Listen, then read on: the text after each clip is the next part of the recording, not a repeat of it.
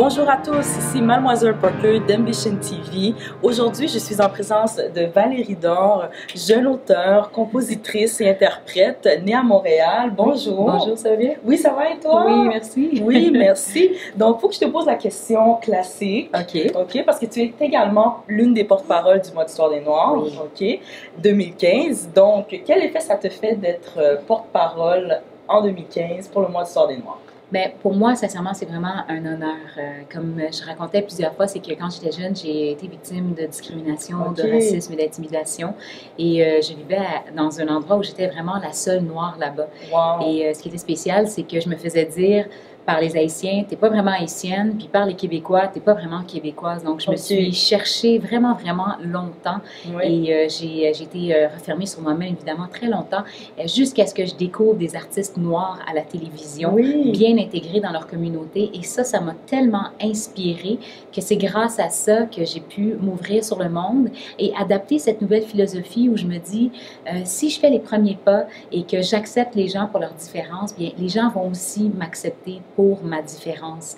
Donc, j'essaie même de donner un peu ce message-là, de s'intéresser aux gens des autres cultures pour que les gens des autres cultures s'intéressent à nous. Exactement. Donc, d'avoir la chance de partager mon histoire avec des gens, de connecter avec des gens et peut-être même de les inspirer de la même façon que moi, j'ai été inspirée en voyant des artistes noirs à la télévision.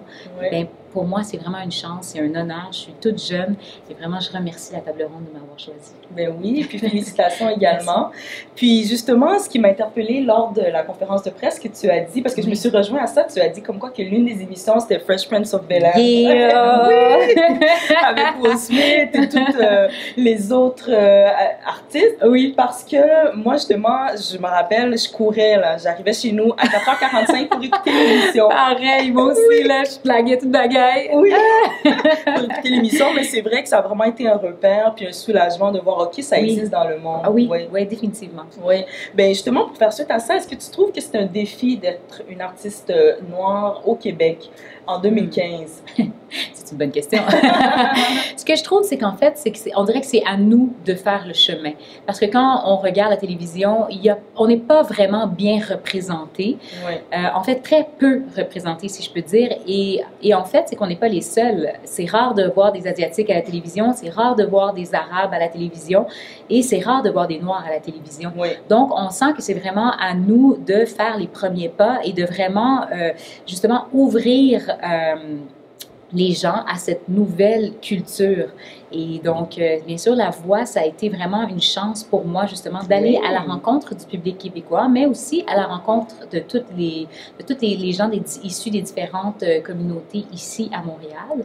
Et donc, je pense que l'important, c'est de ne pas s'arrêter à ça. On n'a pas le choix, on ne peut pas s'arrêter à ça. Il faut vraiment mettre son talent en avant-plan, la personne qu'on est en avant-plan, puis vraiment tenter d'ouvrir la porte pour les générations futures. C'est ça, c'est comme notre devoir de briser ces barrières-là, parce qu'on s'est plaint pendant longtemps, les anciennes générations se sont plaintes. Donc là, nous, on est quand même une bonne génération de jeunes professionnels, donc il faut vraiment faire le pas. Exactement, puis si vraiment on est sérieux dans ce qu'on fait, puis qu'on est professionnel, puis qu'on est déterminé, qu'on est passionné, qu'on le fait pour les bonnes raisons, je pense sincèrement qu'on peut avoir la même chance que n'importe qui. Et vraiment, j'en suis un exemple parce que moi, suite à la voix, les portes sont tellement ouvertes pour moi et ça a vraiment été le résultat de mon travail acharné. Donc, vraiment, j'encourage les jeunes à suivre cette route-là, à travailler fort et à ne pas se limiter à leur apparence, mais vraiment au contraire à la personne et au travail et au professionnalisme qu'on met finalement dans notre passion. Oui, c'est tellement bien dit, c'est vraiment bien dit. Donc, parlons un peu de ta passion pour la musique. Comment est-ce que ça a débuté? Quel a été l'élément déclencheur? OK, ben en fait, moi, toute ma famille, c'est des musiciens, de mon grand-père à mon arrière-grand-père, et je voulais pas être musicienne parce que je les regardais aller, j'étais comme, wow, cette vie-là, c'est trop compliqué. Puis finalement, moi, j'ai étudié en sciences santé. Wow, et puis c'est ça, j'étais rendue en psychologie à l'Université de Montréal, et à un moment donné, j'étais un petit peu, c'était la fête, tu sais, fait que j'étais plus trop sûre de ce que je faisais. Puis je me suis mis à jammer avec un de mes amis, puis il m'a demandé, est-ce que tu peux me dépanner pour le festival de la chanson de Granby? Et j'ai dit oui, ça me fait plaisir, mais finalement, j'ai pas pu le faire. Sauf que lui, il a gagné, fait qu'il m'a demandé, est-ce que tu veux participer au showcase? Fait que j'ai dit, OK, pourquoi pas? Et du jour au lendemain, je me suis ramassée signée sur une maison de disques. Et c'est comme ça que c'est comme ça que la vie m'a pris au détour et a dit « Ah, tu voulais pas chanter? Ben, tu vas chanter! » C'est ça!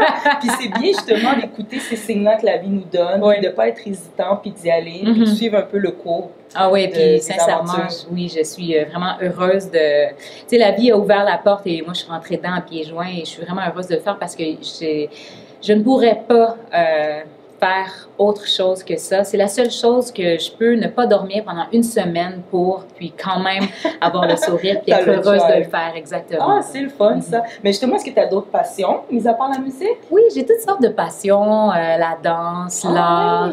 Oui, je suis vraiment une personne qui est super curieuse, tu sais, j'aime vraiment un peu de tout. J'adore aussi tout ce qui est cinéma, émissions, tout ça. J'ai d'ailleurs une série de capsules web sur Internet et je travaille sur une seconde en ce moment, donc j'ai vraiment, je suis un peu comme touche à tout, j'aime un peu de tout, là, puis j'espère avoir la chance. Ouais, c'est ça. Ouais, c'est ça. On touche à tout, puis on laisse sa trace. Exactement. Puis si ça va bien, ben tant mieux. Puis sinon, ben tu sais, on se dirige vers autre chose. C'est ça. Puis jusqu'à présent, je sais que tu as quand même eu beaucoup de réussite.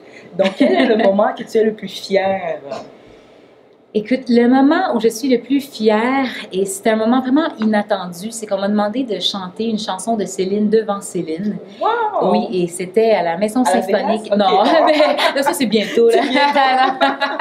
On sait jamais. Who knows? À la Maison Symphonique. Oui, c'est ça. C'était Grégory Charles qui m'a invité à aller faire cet événement-là. Et j'ai jamais été aussi nerveuse de ma vie. Jamais j'avais été aussi nerveuse. Et finalement, ça s'est tellement bien passé. J'ai eu un standing ovation, la critique a été super positive et Céline Dion est venue me voir après, puis elle aurait pu vague sur moi, là, on s'entend, elle a plein de choses à faire cette fille-là, tu sais. Puis elle est arrivée vraiment, elle m'a pris par les mains, elle m'a regardé dans les yeux, puis elle m'a dit « Je souhaite que tu aies une grande carrière parce que tu le mérites.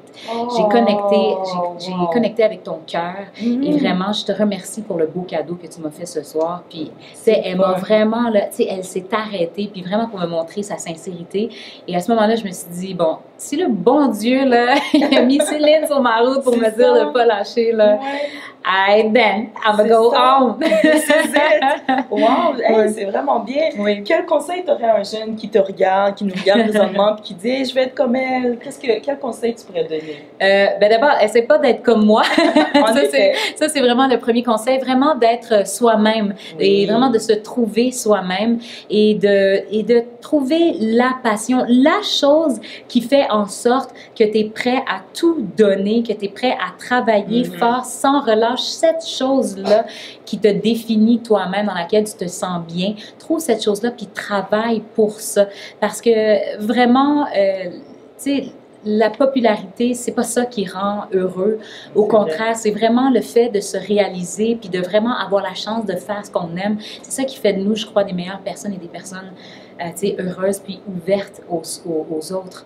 Donc moi, c'est vraiment ce que je conseillerais aux jeunes, de juste s'écouter. Parfois, on a peur de s'écouter, mais c'est important de s'écouter, d'écouter son cœur et de suivre la voix de son âme et de son cœur. Exactement. Puis ne pas hésiter aussi à demander conseil. Je trouve que tu as eu des mentors aussi. Oui, ça, complètement. Oui, parce qu'il y a toujours quelqu'un qui a quelque chose à t'apporter, surtout les gens qui ont plus d'expérience. Il faut être très humble. C'est un cheminement, c'est une croissance qui est constante. Donc, il faut être ouvert à ce que les gens ont à nous apporter et il faut avoir la générosité de donner aussi. Exactement, c'est vraiment un échange. C'est vraiment un échange. Bon, j'aime ça. Tu as vraiment une belle énergie, Valérie. Tu as vraiment une belle énergie. Parle-nous un peu brièvement de tes projets en 2015. Je sais que tu as parlé d'une seconde capsule web. Est-ce que tu peux nous en parler? Oui, en fait, la première année, c'est que j'avais fait une série web qui, finalement, où je reprenais des chansons un peu à ma façon. Donc, je vais faire une deuxième saison, mais où je vais inviter aussi les gens à me suivre dans les événements vraiment spéciaux que j'ai eu la chance de faire. Évidemment, je travaille sur un premier album, donc ça, c'est... oh mon Dieu, ça, c'est quelque chose. Je travaille sur ce premier album et évidemment sur 2 projets de spectacle. Un spectacle qui va aller bien évidemment avec l'album et un autre spectacle que j'aurai la chance de faire avec Mélissa Lavergne et DJ Abeille. Donc, on va faire un événement un peu éclaté. on s'amuse, quoi. Good! Puis toujours ça à Montréal, hein? Oui, exactement. Oui? Puis vous pouvez me suivre sur ma page Facebook, Valérie Dore. Tous mes événements vont être là-dessus. Vous pouvez même m'écrire. Je réponds à tout le monde. Ça me fait vraiment plaisir d'avoir vos commentaires. Et soyez constructifs, s'il vous plaît. Oui, bien sûr, des commentaires constructifs. Mais merci beaucoup, Valérie. À toi. Merci à toi. Et merci de nous avoir écoutés. À la prochaine!